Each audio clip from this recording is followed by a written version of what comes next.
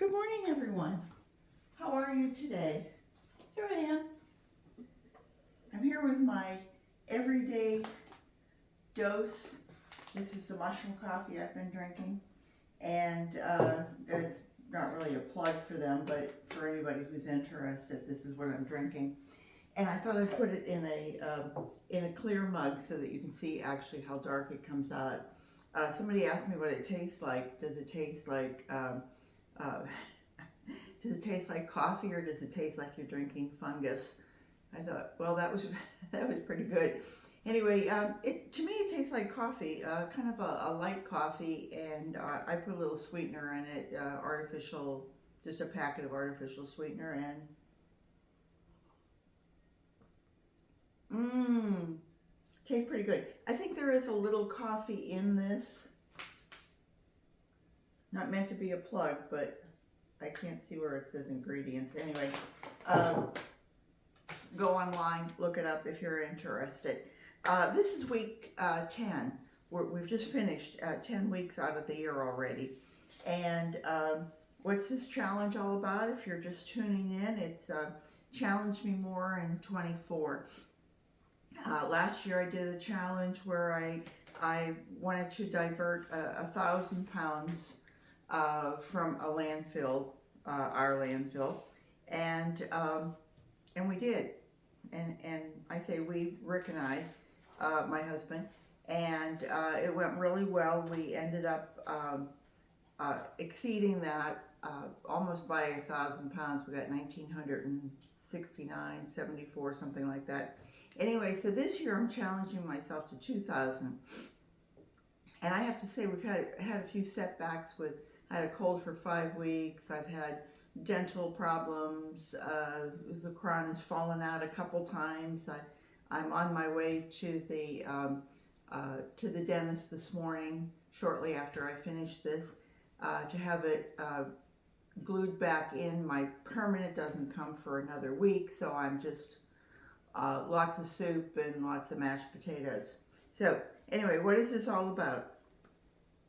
We're taking 1,000 pounds out of our just daily living and either vermicomposting it with worms or composting it in my geo-bin, either senior or junior, the big one or the medium size. If you're interested in those, I have a playlist.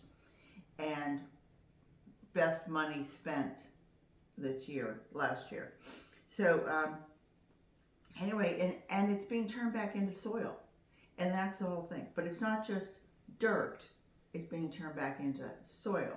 You know, if you took these things and you put them in the landfill, it's going to take a heck of a long time, many years, 100 years, 1,000 years, 10 years, whatever. When you put it back into worms or compost in a month or two, you can see results.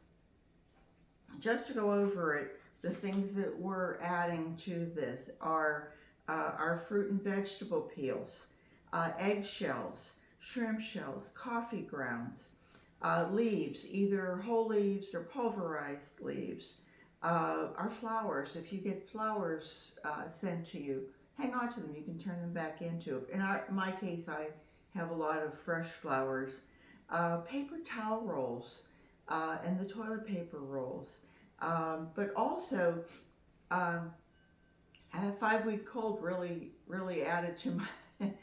Each one of these little bags over here, it says it's a 1 pound bag. You know, that's how they measure in the United States. That's what they put on the bottom of the bag. That's what it would safely hold. And but filled with tissue or paper towel or something, it ends up being closer to about 3 ounces. But I mean, we have just started saving those, and it's amazing how we're probably getting 6 ounces maybe a week.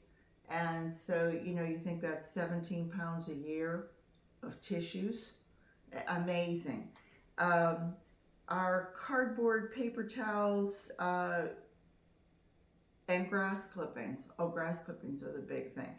And our vacuum cleaner when we clean it out, or your dryer lint.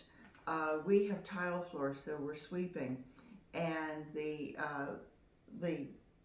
dirt that we bring in is a lot. We're in Florida, so it's a lot of sand, and we used to just throw that into the trash, and now it goes into the worm bins because it acts as grit, and since they don't have a stomach, or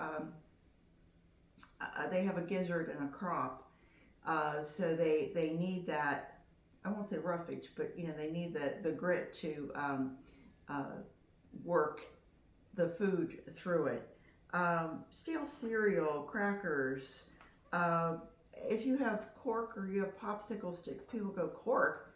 Well, the plastic corks that they're making nowadays, those aren't going to be broken down well, but you could probably find a use for it if you needed to plug something up. But a natural cork comes from a cork tree, and the main country producing those cork stoppers is Spain. And your popsicle sticks, I mean, it's light wood, it will break down. Put it in your compost pile, put it at the bottom of your pots if you're a balcony gardener. So very quickly, I think I've covered everything. Oh, one other thing, when you get things that are sweet, Rick just said this to me. He said they had a buy one get one free on these little rice cakes, and he likes the ones that are caramel. He's diabetic and he really watches his sugar, but these ones that are caramel, there's not a whole lot in it. It's 11 carbohydrates, so I don't know if you would consider that. But anyway, he has one of these, and they come in a little packet of 7. There's 14 in this whole package. And once you open them, it's popcorn and a little sweetener. And anybody who has ever had these, when you get down to the 7th one, I don't care if you keep it in plastic or not, they're getting kind of chewy. They're not quite as crisp as they were. And then he bought buy one get one, and so he had 28 of these, and then he went and bought that same week, it was also Publix had a buy one get one, so now he had 56 of them. Well, by the time he got to that last 14, even without opening them, they were already starting to get gummy. But the worms will love it. The bacteria in your compost will adore it. Enough said. We had 2 kind of bad weeks. The tooth thing really threw me off, and so I was trying to get things done, but I've been having some back issues as well. So week 9, I only got 9 pounds, 7.7 ounces. And last week I only got 8 pounds, 2.1 ounces. But isn't that amazing that just your residual is giving that much? And so with week 9, we made it to 281 pounds. And week 10, we made it to 289 pounds, 9.8 ounces. So, we're still at 29 pounds a week if you want to average it out. So anyway, that was it. Why am I doing it? I'm doing it because. I'm doing it because I can, and I'm doing it because I feel I should. And I hope that other people will get involved in this challenge and give it a try, even if you're not keeping track of it.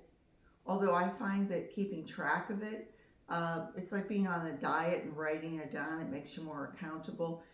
If you start with a project, if you're going to school and you're doing something, write down your goals and write down your progress, because when during the week you kind of feel a melees of oh, I don't really feel like doing this, and yet if you're writing it down, oh wait, I want that to look good. There's something about it.